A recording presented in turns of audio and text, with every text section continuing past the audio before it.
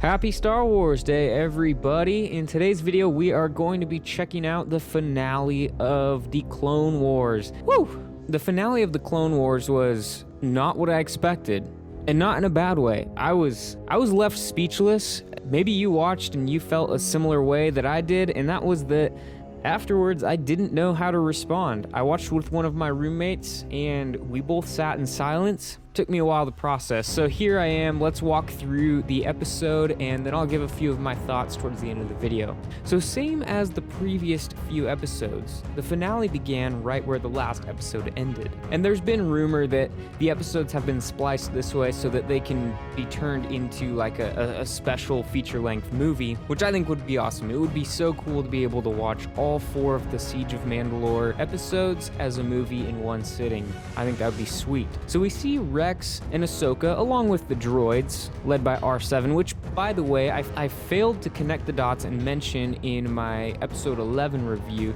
that R7 is the astromech that has been with Ahsoka since the beginning. So thanks, Ghost Survivors, for reminding me of that and pointing that out. On the other side of the door, clones continue to cut through. And at the end of the last episode, I truly thought that Maul was going to be on the other side of the door, but it makes sense that it wasn't. As the clones cut through, Rex and Ahsoka get ready for action. And Ahsoka requests that Rex set his blasters to stun, as she knows that the clones are still in there, and it's the chip that's the reason behind their attack. Rex is willing to kill his own brothers, which we saw at the end of the last episode, in order to save Ahsoka. Meanwhile, Maul is continuing his hallway rampage as he is working on his own escape. Maul makes his way to the hyperdrive, where he uses the Force to bring the whole thing crumbling to pieces. And throughout this, we continue to see some impressive Maul moments. Again, he doesn't have a lightsaber, he's just using his Force power and just dominating the clones that get in his way. Destroying the hyperdrive violently throws the Venator-class Star Destroyer out of hyperspace, and the critically damaged ship begins to plummet towards the surface of an unknown moon. This makes the escape all the more urgent, yet the clones led by ARC Trooper Jesse are unfazed by the crashing ship and are laser-focused on executing Order 66. Ahsoka and Rex, they reach the hangar control room and open the main doors. As they are doing this, Jesse and his troops line up ready to catch their fugitives. They were waiting for them. And maybe one of the most powerful scenes of the episode, arguably the whole series, happens in this moment. Ahsoka tells Rex that she won't be the one that kills the clones blocking their way. She tells Rex, "You're a good soldier, and so are all of those clones out there. It's not up to them what they're doing." And Rex responds by telling her that they don't care, that they're gonna try to kill them regardless. And at this, Ahsoka removes Rex's helmet to see his face. We see a tear rolling down his cheek. Man, such an emotional scene. And I mean, can you imagine what's going through Rex's mind? Rex has lost everything. His brothers, his purpose. He only has Ahsoka left. Ahsoka says that she has a plan that she thinks is good. And while Rex and Ahsoka are both no strangers to daring plans, thanks to their time with Anakin, who at this point is probably about to duel Obi-Wan or something like that, this episode doesn't really give us any anchor points to Revenge of the Sith, because really there was no need. The only reason that we had anchor points to episode 3 in the previous episodes was, one, to give us a frame of reference to where these events occurred, but also to build anticipation towards Order 66. I know all of us felt it as we watched episodes 9, 10, and 11. At any moment, Order 66 was going to happen, and we knew that because they would refer to different pieces in Revenge of the Sith. Gave us a good idea of the timeline. But at this point, both of those things are done, so there's no need to give any timestamps from Revenge of the Sith. Ahsoka and Rex, they go down to the hangar, and they're met by Jesse and all of his troops. Up to this point, Rex has been missing in action, according to the clones. They don't know exactly what happened to him, so they take advantage of this, and they fake Ahsoka's capture. All of this is to buy time for the astromech droids to drop platforms that the clones are on, so that they can hopefully get to the shuttle. But Jesse doesn't exactly buy their plan.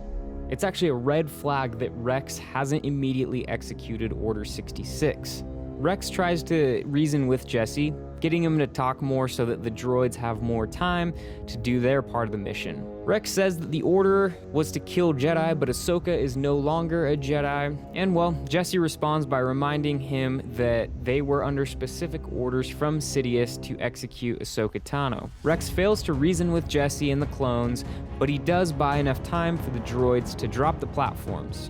Rex and Ahsoka engage the clones. Jesse also tells Rex that his failure to obey Order 66 will result in his demotion and execution. So this explains why Rex says he was a captain and not a commander in Rebels. As the fight ensues, Maul enters the hangar and heads straight for Rex and Ahsoka's shuttle. Maul really only cares about escaping at this point. And despite trying, Ahsoka and Rex are unable to stop Maul from getting in the shuttle and taking off. There's a small moment when Ahsoka is using the Force to pull the shuttle towards them and hopefully land it. She decides that she needs to help Rex fight off the rest of the clones and lets Maul go.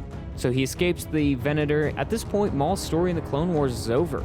He likely left and joined the Shadow Collective that previously he had commanded to go into hiding. And of course, next we'll see him in the movie Solo as kind of the leader of Crimson Dawn. As Ahsoka and Rex are surrounded, Ahsoka uses the Force to cut a hole in the floor with her lightsabers. I didn't realize what she was doing at first, and as soon as I realized that her lightsabers were spinning around her and Rex without her touching them, I had to watch that scene a few more times because it was so cool. They drop to the maintenance hangar where they struggle to find an operable ship. And, well, Jesse and his troops are still in pursuit. They find a ship, but while Rex is able to get in and begin piloting, Ahsoka struggles to get on, and at this point, they are ripped from the hangar and now in air. Rex gains control of the ship and has to work with Ahsoka so that she can essentially gracefully fall into the gunner cockpit. She does this and they're able to pull away from the cruiser before it crashes into this unknown moon's surface. The next somber scene, Rex and Ahsoka have just finished burying all of the clones that were killed in the crash, including Jesse. And this is a side of Order 66 that we haven't gotten. We never got a chance to mourn the clones in Revenge of the Sith. The clones that have been loyal friends and soldiers to the Republic, to the Jedi, who, outside of their control, turned on the Jedi. But Ahsoka and Rex knew the reason behind their betrayal and that the clones didn't consciously betray and kill their Jedi. This was out of their control, it was the chips. So standing before the memorial, Ahsoka leaves her lightsabers behind. Well, one of them. I can assume that she lost the other one while trying to escape. And at this, the episode kind of cuts away to a future cut, where we see an Imperial shuttle land, some snow troopers, as well as some stormtroopers, so that we know that this is in the Imperial era. We don't know for sure how long after Revenge of the Sith is.